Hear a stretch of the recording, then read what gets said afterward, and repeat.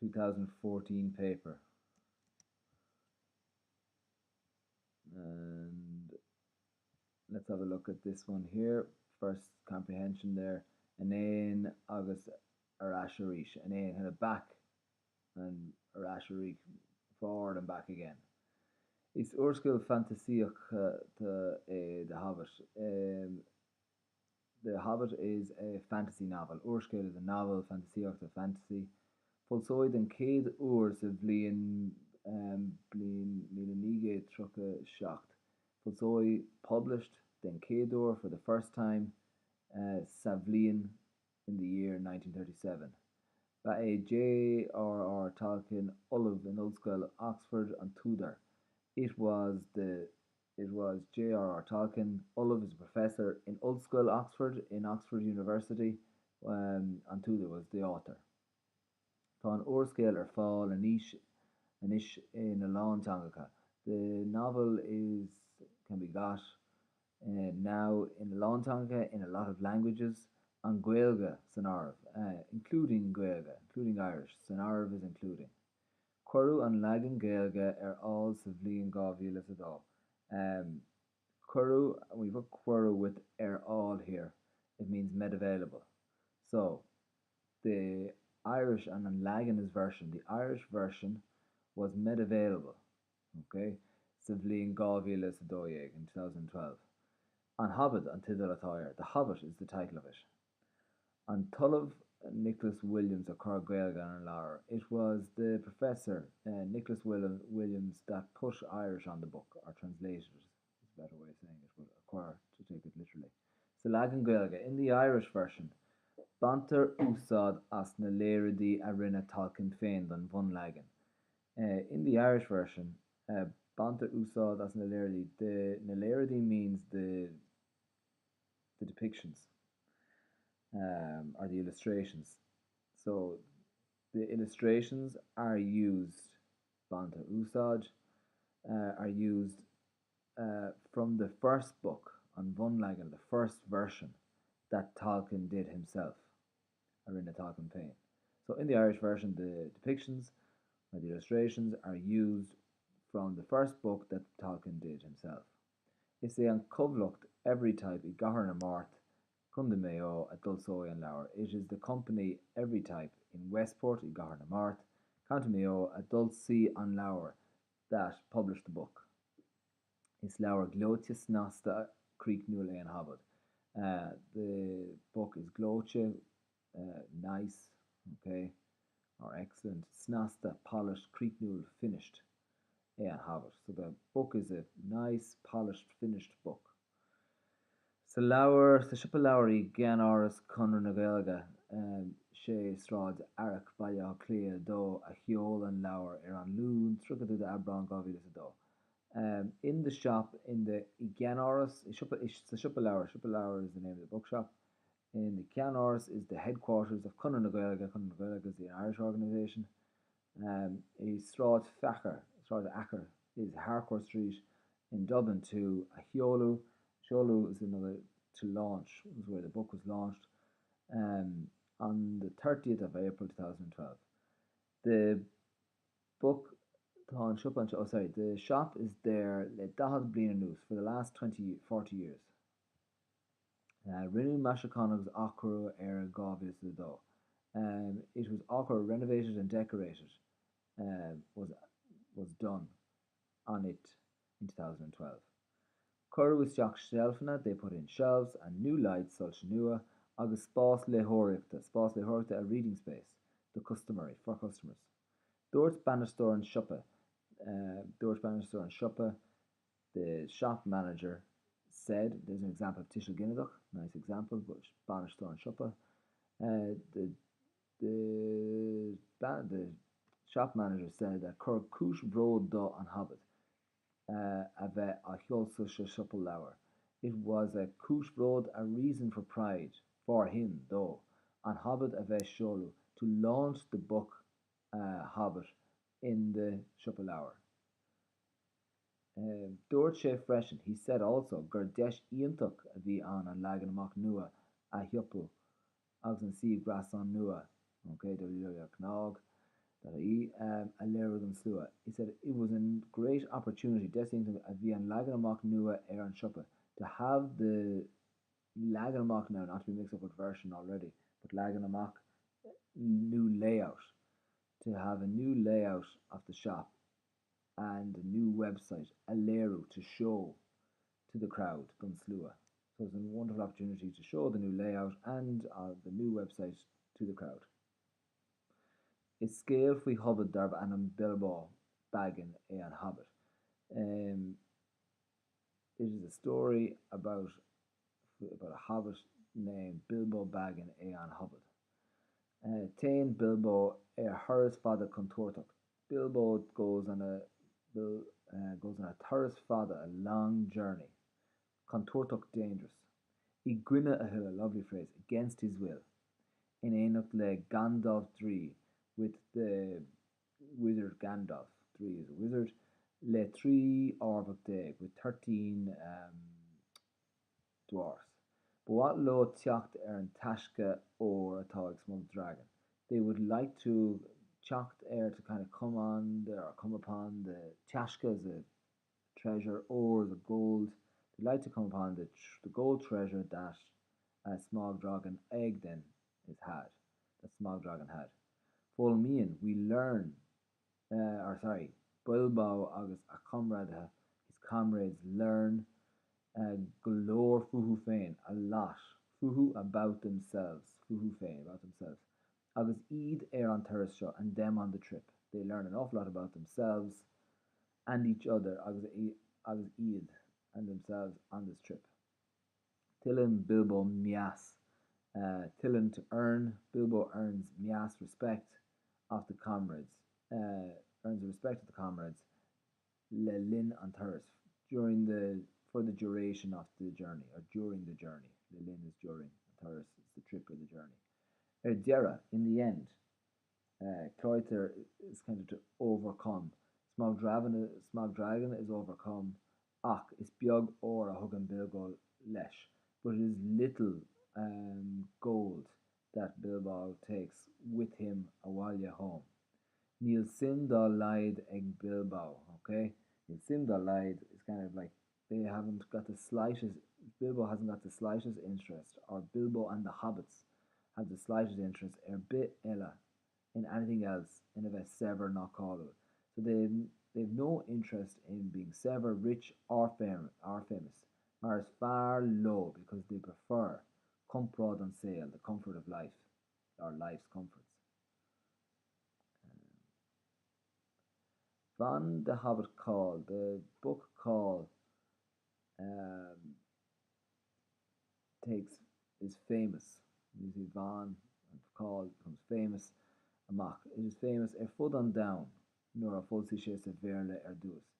The Hobbit took fame or became famous amach fud on down all over the world when it was published in English at first. Ceaptar go bhfuil sús le 100 milliún cóp díolte idir gach teanga agus an figure sin ag dulí méid in aghaidh le.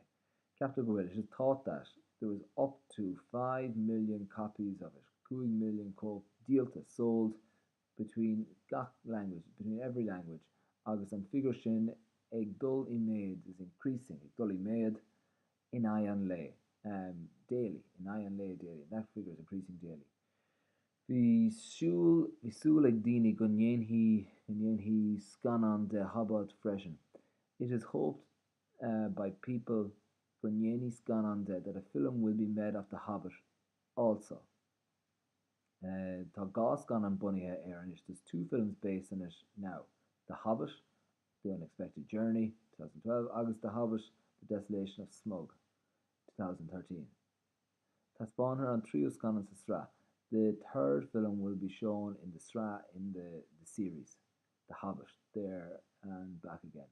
I mí na nullag sehugan in the month of Christmas next. Tá lucht leanúna dílis ag súil go mór leis. Lucht leanúna, kind of a following or a crowd, loyal dílis, the loyal following. Ag súil go mór leis is looking forward to it a lot. Go through the questions. Cén Bhliain also Ulsoyan Lagan. What year was the Irish version of The Hobbit published? Anime and Dinner Corgair name the person who put Irish to the book. Where is the Shopalour situated? Two things about the renovation, the decoration of the Shopalour. Why did Bilbao and Gandalf and the 13 um, dwarfs go on the long, dangerous journey? Mention the personal traits, or one personal trait, Van Le Hobbit, that is mentioned. Name one of the personal traits that is mentioned about the Hobbit in the piece. Write one piece, Jinker she's Gawkus, write down or describe two reasons and Yenu Scanon den Laur Hobbit. Give me two reasons why they made a film out of Hobbit. King for Bannister and Shoppa saw New. Give me two reasons why the manager of the shop was satisfied with Hobbit. King for Bannister. Okay, that's it. Next one. An Éile Idirnáisiúnta Pan Celtic, the International Pan Celtic Festival. Ballysoos le 10,000 duine le chéile I maiile Cathairleach I ré na Cásca 2013. Ballysoos 10,000 people gathered le chéile together in the town of Carlow during the Easter of 2013. Mar bhí an Éile Idirnáisiúnta Pan Celtic Siúlán, because the International Pan Celtic Festival was on there. Sé lá a bhar an féile. 6 days. Sé lá a bhar to last an Éile, the festival. The festival lasted 6 days. An agriacht áitiúil glór Celtic a dagri an Éile. An agriacht áitiúil the local organisation, Celtic Voice, a dagri an Éile, that organised the festival. Rud a rinne siad I gabhfeile sa dóigh freisin. This is something that they did in 2012 also. Tá sé mar aim ag glór Cathairleach an Gaeilge. It is the aim of the Celtic Voice, the Irish Celtic Voice. It is the aim of the Celtic Voice, the Irish and the culture of the Irish culture. A Kirkunkeen to promote a fud an Conte all over the county. So it is the aim of Celtic, or the Cathairleach, Glór Cathairleach is the voice of Carlow, I'm saying Celtic. Is the aim of the Carlow Voice, Irish and the Irish culture, to promote all over the county. Chun cultúr na pobal Celtic a chalúr agriíochta an Éile Idirnáisiúnta Pan Celtic. Okay, this is a bit difficult. Chun cultúr na pobal Celtic a chalúr. Yeah, to celebrate the culture of the Celtic community,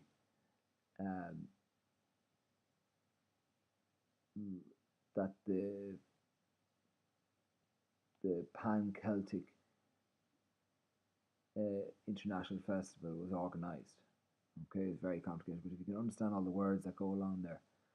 So to promote the Celtic, to celebrate the Celtic culture, the Celtic community, was the reason basically why this organisation, Féile Idirnáisiúnta Pan Celtic, was organised. Éire, Ireland and Bratan Bheag, Wales, Alban, Scotland and Britain, Brittany, and Cornwall agus Ilan Vannin, Isle of Man, a bhíonn páirteach san Bhéile, are partaking in this festival. Uair sa bhliain a bhíonn an Éile ar siúl. Once a year the festival is on. Bíonn imeachtaí éagsúla ar chlár na Éile. There are different events, éagsúla, different imeachtaí events ar chlár na Féile on the Féile's programme. Okay? Ceolchonracha, concerts, competitions, book launches. Áireannaithe, there's singers singing, musicians making music, fili ag ahras filiochta, poets composing poetry, or reciting poetry, scéalaithe, storytellers telling stories, dancers dancing, and Eid Ila Yénav, and them all doing it. I dil they're all doing it. De rare according to Nosna and Gultor Fain, according to their own culture, their own culture's ways, Nosna ways. Tá Comórtas áireanta idirnáisiúnta the International Singing Competition ar ceann den na himachtaí is mó san éile. Is Camden is one of the Camden is one of the biggest events, again for events Sanela in the festival. Being Auron Nua Cumha sa Comórtas in Djanga Féin ag an bubble. Being Auron Nua Cumha, there's new songs composed in the competition in their own languages ag gach pobl of every community. So new songs are composed in their own languages uh, from every community. Being an Taurani Shorsha, the Taurani, the singer Shoseph O'Doherty, as dún an all a canu ar son na Heron. So this man here, the musician, the singer from Donegal, is singing on behalf of, and her son is on behalf of Ireland in 2013. An Tauron Ledo Have, the song By Your Side or With Your Side, Akashe is what he sung. Or is Kas can also mean to sing as well. Anya Durkin as Connemara. Anya Durkin from Connemara, Choman Auron, composed the song. He shimshucht na stráid na gach law I rith na féile. There are shimshucht kind of activities on the streets every day during the festival. Daus na Celtic, Céilí Faoin Air. Daus na Celtic is kind of like Celtic dance. Céilí Faoin Air is kind of like about outdoor céilís. Agus Mórthúil na Féile and Celtic. Mórthúil na Féile is like parades or marches of the festival. The Ceoltarí tradiisiúnta I gach pobl Celtic. The Ceoltarí tradiisiúnta, there's Celtic traditions. Ag gach pobl na Celtic from every Celtic community. Ag glacu páirte taking part sna sesiúnaí call in the music sessions. Ag bhí mór an daoine ag páirteach sa rás, but there's a lot of people partaking sa rás in the race on Míle Pan Celtic, the Pan Celtic Mile. Quid acu ag ri, many of them running, many of them jogging, and quid acu ag siúil, and a lot of them walking. Bhí blas idirnáisiúnta na Bia Clár. There is an international taste, Blas's taste, na Bia Clár, on the menus, in the restaurants, and then wrote in the Celtic, and all the Celtic languages, Teangacha and Celtica there. The Miasa Bíle as na Pobal. Miasa then is the dishes. The food dishes from all the different Celtic communities all to be got. So there's dishes from all the Celtic communities to be got. The Gachtina Brodu, everyone is proud, and Morlock is kind of another word for proud as well. Okay, As or Noriach Sever Celtic. Okay, our Noriach is our heritage, and Sever is rich. Out of our rich heritage, our rich Celtic heritage, agus Rinu I Kalura, and they have and a celebration and a commemoration was done for the week, and the celebration. So they're very proud of the celebration and the commemoration that was done from our Rinu here. Fan a seachtain during the week. Bhí idir óg agus ar éasta sunna, sásta, mar is féle phobal agus féle teaglaí I an éile pan-Celtic. Both the young, kind of between the young and the old, were satisfied, happily satisfied. Sunna sásta, éasta is kind of the elderly. Mar is féle phobal, and because it is a community festival. Agus féle teaglaí, a family festival, I an éile pan-Celtic, is the pan-Celtic festival. Bhí rud éigean an, there was something there, the gach isgrúpa for every age group. Traslimid a nascail le muintir cathairleach. Trasamy Dennis, congratulations um, on the congratulations to the Carlow people, the people of Carlow, and their achievement. Okay, what is the aim of the Carlow Fest, or what is the aim of the organisation of the Glór Celtic? Keiko Minica Vín Share Shul, how often is it on? 2 points of information about the song by your side. 2 events that is on the streets. How do we know this is an international taste of the menus? Bandini Fasta, everyone enjoys now Fasta can mean like not necessarily elderly, but grown-ups. The grown-ups and the children enjoyed the festival. And Vidini as sé Phobal Celtic I Láthar ag an Féile Pan Celtic. There's people from the 6 communities that were present at the Celtic Festival. Okay, that's it.